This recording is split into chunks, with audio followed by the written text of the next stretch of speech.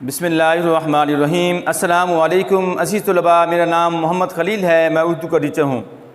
کل ہم نے سبق ریڈنگ کیا تھا میری آواز سنو ہاف اور مشکل الفاظ کی معنی کتاب پر لکھے تھے، اس کے ساتھ سوالات کے جوابات ہاف حل کیے تھے اور اس کے ساتھ سوال نمبر 2 MCQs بھی حل کیے تھے۔ تو پیارے بچوں، مجھے امید ہے آپ نے اچھی طرح اس کو یاد بھی کیا ہوگا اور اپنی کتاب پر الفاظ معنی لکھے بھی ہوں گے اور سوالات کے جوابات آپ نے یاد بھی کیے ہوں گے۔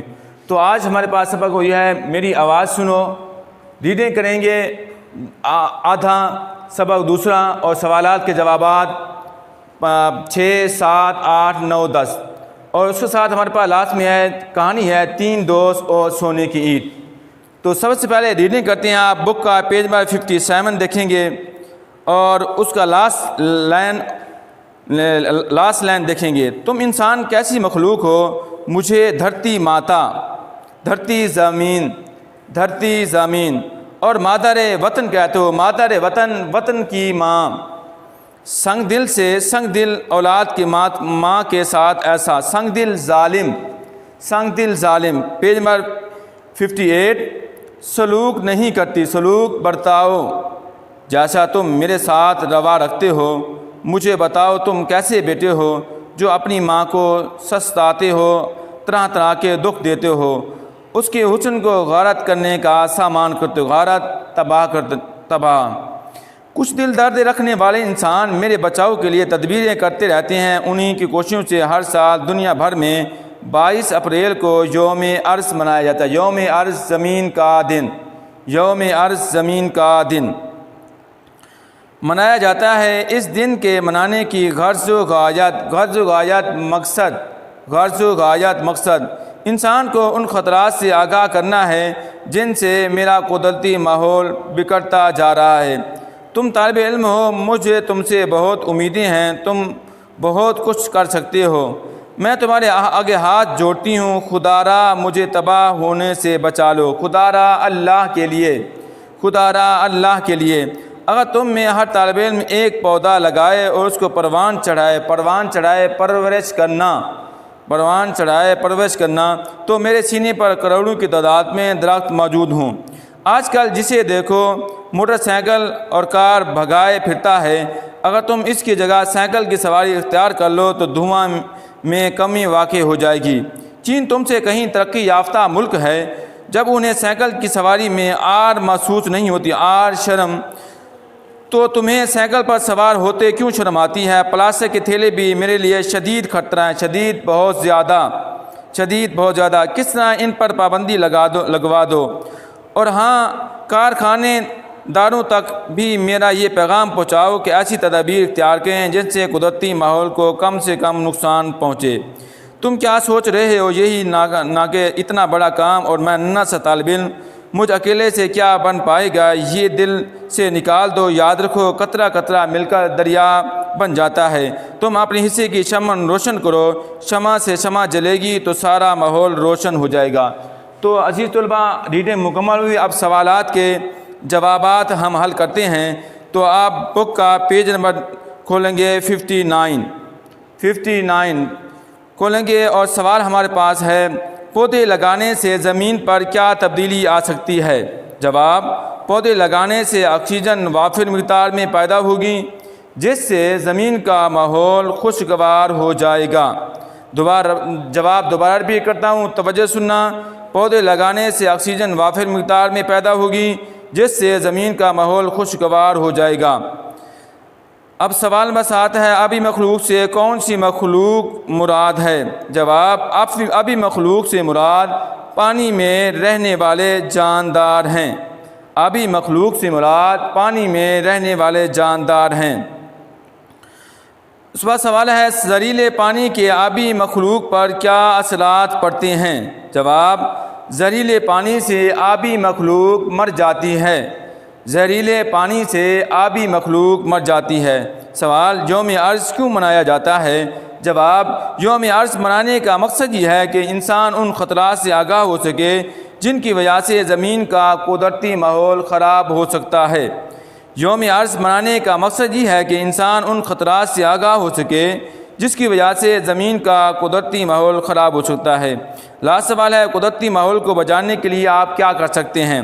جواب، قدرتی ماحول کو بچانے کے لیے ہم بہت سے کام کر سکتے ہیں، جیسے کارخانوں کا زہریلا مادہ پانی میں بہانے کی بجائے زمین میں دفن کر دیں، دھواں چھوڑتی گاڑیوں کی بجائے ایسی گاڑیاں استعمال میں لائی جائیں جن سے کم دھواں پھیلے، اور شجر کاری کے موسم میں زیادہ سے زیادہ پودے لگائے جائیں تاکہ آکسیجن کی فراوانی اور انسان صاف ستھرے ماحول میں سانس لے سکے۔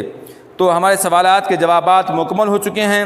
اس کے بعد سوال نمبر ہمارے پاس 4 ہے، الفاظ جملے ہیں۔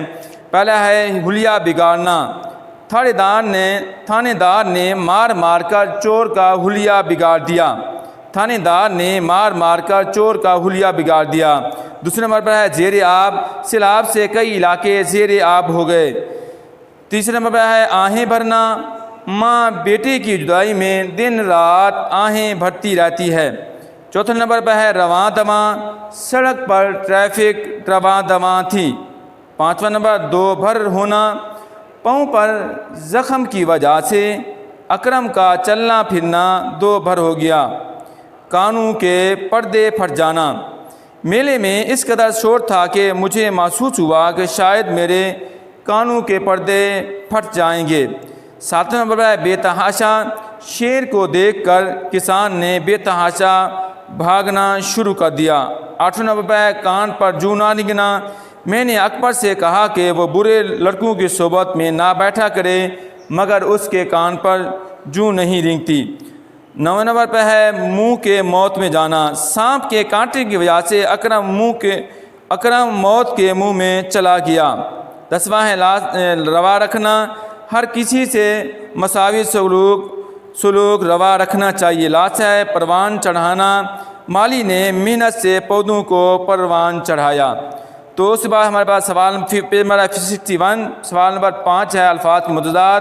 بگاڑنا، سنوارنا، آہا واہا، زمین، آسمان، شور، خاموشی، آلودگی، پاکیزگی، کثافت، لطافت، ظالم، رحم دل۔ سوال نمبر 6 واحد کی جمع اور جمع کے واحد۔ ایجاد، ایجادات، ادویات، ادویہ، خطرہ، خطرات، تدابیر، تدبیر، نقصانات، نقصان۔ تو عزیز طلباء، سوالات کے جوابات مکمل ہو چکے ہیں، مسکی سوالات کے جوابات مکمل ہو چکے ہیں۔ اب لاسٹ میں ہمارے پاس ہے کہانی۔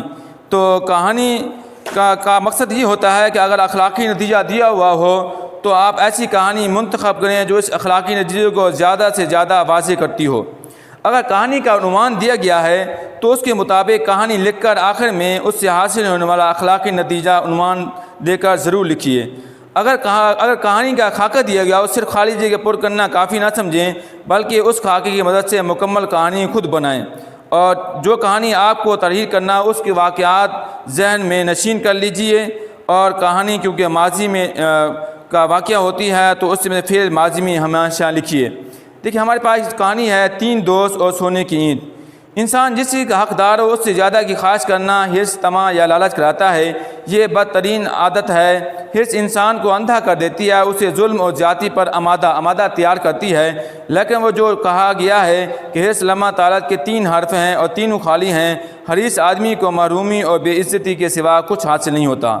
کہتے ہیں ایک دفعہ 3 دوست روزگار کی تلاش کے لیے نکلے۔ چلتے چلتے دوپہر ہوگی اور وہ سستانے کے لیے ایک درخت کے سائے میں بیٹھ گئے۔ وہ تھکاوٹ دور کرنے کے لیے آپس میں گپ شپ لگا رہے تھے۔ اچانک ایک دوست کو زمین پر کوئی چیز چمکتی نظر آئی۔ تھوڑا سا کھودا تو نیچے سے سونے کی ایک اینٹ نکل آئی۔ سونے کی اینٹ کو دیکھ کر ان کی باتیں ہی کھل گئیں۔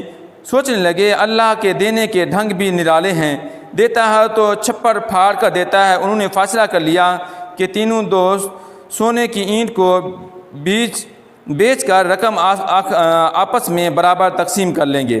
اسی دوران انہیں بھوک ستانے لگی، چنانچہ انہوں نے ایک دوست کو کچھ پیسے دے کر قریبی شہر میں کھانا لینے کے لیے بھیج دیا۔ باقی دوستوں نے اس کے آنے تک آرام کرنے کا پروگرام بنایا۔ شیطان نے انسان کو برے کاموں پر اکساتا رہتا ہے، نیت بدلنے دیر نہیں لگتی۔ جو دوست کھانا لینے شہر گیا تھا اس کے دل میں لالچ پیدا ہو گیا۔ اس نے سوچا اینٹ قیمت کے تیسرے حصے میں مجھے کیا ملے گا؟ اگر میں دونوں ساتھیوں سے چھٹکارا حاصل کر لوں تو میں اکیلا سونے کی اینٹ کا مالک بن جاؤں گا اور میرے وارے نیارے ہو جائیں گے۔ یہ سوچ کر اس نے خود پیٹ بھر کر کھانا کھا لیا اور دوسروں کے کھانے میں زہر ملا دیا۔ ادھر باقی دونوں دوستوں کے دل میں شیطان نے یہ بات ڈال دی، اگر ہم مل کر تیسرے ساتھی کا خاتمہ کر دیں تو اینٹ کی قیمت کی 3 بجائے 2 حصوں میں تقسیم ہوگی اور ہمیں زیادہ پیسے مل جائیں گے۔ چنانچہ یہ دونوں دوست تیسرے ساتھی کے آتے ہی اس پر یہ کہہ کر پل پڑے کہ تم نے جان بوجھ کر آنے میں دیر کر دی، وہاں اپنا پیٹ بھرتے رہے، ہماری بھوک کا ذرا خیال نہ کیا۔ انہوں نے بیچارے پر مکوں گھونسلوں کی وہ بچھاڑ کی کہ اس کا کام تمام کر کے ہی دم لیا۔ اب وہ اس کی طرف مطمئن ہو کر کھانا کھانے بیٹھ کے لگے، جانتے تھے کہ قضا ان کے سر پر کھیل رہی ہے۔ ابھی انہوں نے 2-4 لقمے کھائے تھے، ظاہر نے اپنا کام دکھایا اور وہ دونوں دوست بھی وہیں ڈھیر ہو گئے۔ لالچ نے تینوں کی جان لے لی اور سونے کی اینٹ جہاں تھی وہیں کی وہیں دھری رہی۔ اخلاقی نتیجہ یہ ہے کہ لالچ بری بنا ہے۔ اس سے ہمیں نتیجہ یہ اکثر ہوتا ہے کہ ہمیں لالچ نہیں کرنا چاہیے، طمع نہیں کرنا چاہیے، بلکہ خلوص سے نیت کے ساتھ کام کرنا چاہیے۔ عزیز طلباء، آج کا ہمارا لیکچر مکمل ہو چکا ہے۔